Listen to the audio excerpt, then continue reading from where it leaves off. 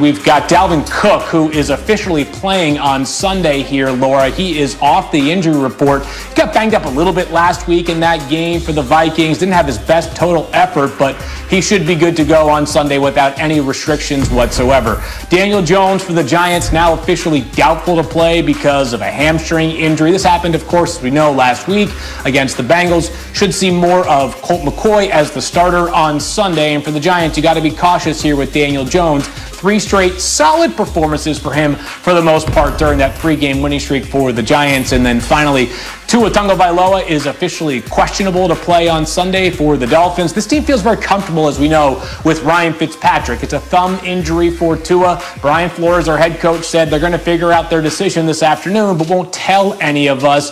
I think we know that if the call is close, they feel very comfortable going back to Fitz for another week in a game they should win against the Bengals, which would push their record almost incredibly to 8-4 on the season. Yeah, thanks so much, Field. This Dolphins situation is fascinating, especially, too, when you consider that their schedule is about to get a lot more difficult after this game this week against the Bengals.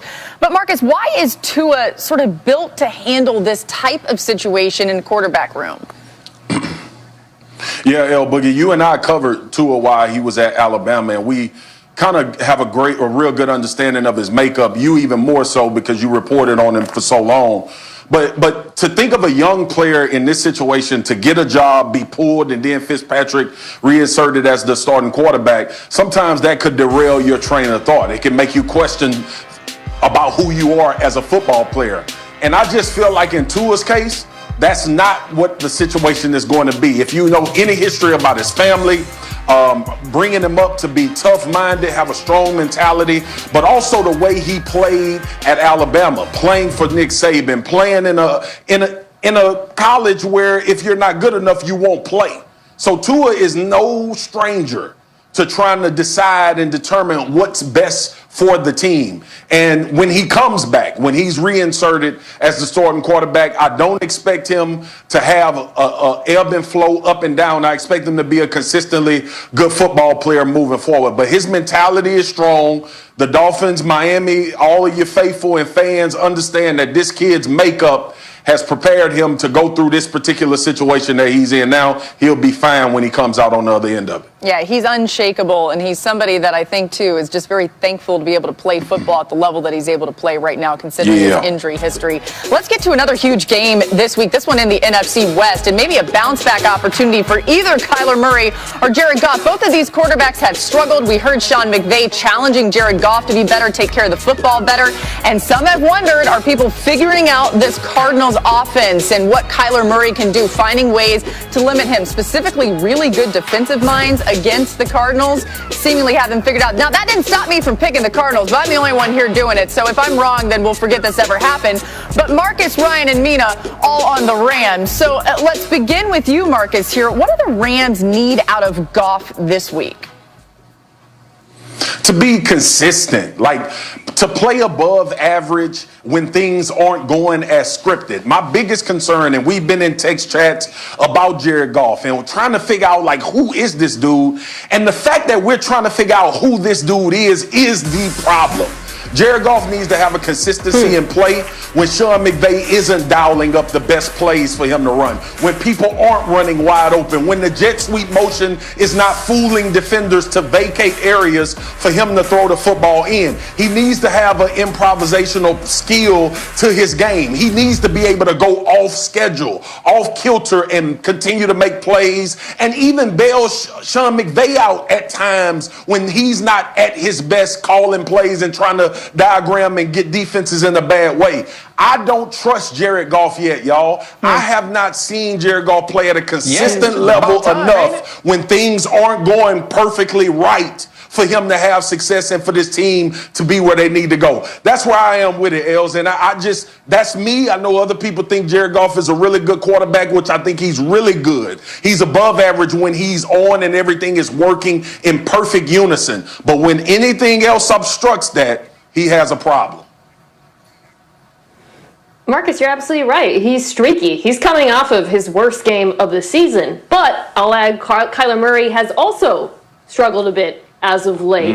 I hate using the phrase figured out when I talk about mobile quarterbacks, because it feels like people only use that to talk about dual threat quarterbacks, and it's totally unfair. But I will say, defenses have done a better job of playing Kyler Murray. You're seeing similar tactics employed. They're forcing him to give the ball on options rather than letting him use his feet. They're blitzing him more, and he's struggled against the blitz. They're blitzing him nearly twice the rate as they did early in the season. His QBR over the last few weeks has dropped by 30 points. I need to see, does Kyler have a counter to that? Now, I'm picking the Rams in this game. It's not because of Jared Goff. It's not because of Kyler Murray. It's because the Rams defense is the best unit on the field. They have the most talented players. You heard how I feel about Aaron Donald, and I think they're the reason the Rams win this game. Yeah, Ryan, it was just a couple weeks ago that we had the Hail Murray play, and the Cardinals are the talk of the town. What's been the difference during their losing streak, though? We're not seeing those athletic feats. We're not seeing Kyler Murray one-on-one in the open field with safeties and him hesitating and juking them and getting to the pylon. Or we're not seeing DeAndre Hopkins make these amazing plays. Cliff Kingsbury is not a dude. Mina called him like an 80-year-old coach a few weeks ago because Cliff Kingsbury is not going to really veer off the path of what he knows. He's going to be an air raid coach. He's going to expect those things to work. He doesn't have an adjustment off of that. So now that they're making Kyler give the ball up, now that they're stringing him out toward the sideline, understanding how to roll coverage to DeAndre Hopkins, what's going to be the adjustment? Where does Cliff Kingsbury and this offense go from there? Because if they're not making these athletic plays that other players can't make, then they're in trouble. We'll see what he has, what he can cook up this weekend.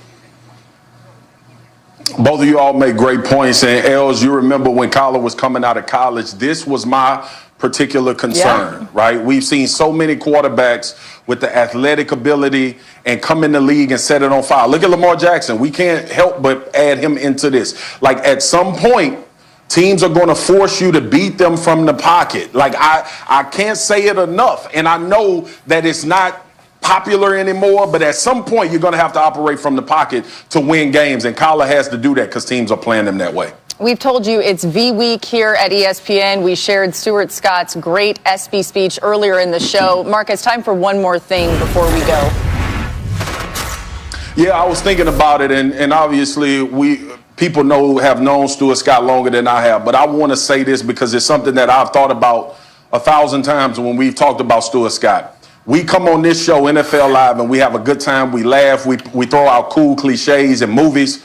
That's because of Stuart Scott. When I was watching TV before I entered into television, Stuart Scott was the dude I looked to and who resonated with me being a black man, understanding that I could do this job and be cool and maybe have a little bit of a Southern twang and do things differently. He gave freedom to everybody in television to be themselves, to have a good time, and to make sure that the people were watching felt like they were a part of what we were doing. So we hope that we are representing what Stuart Scott showed me and a lot of others about what we do on television.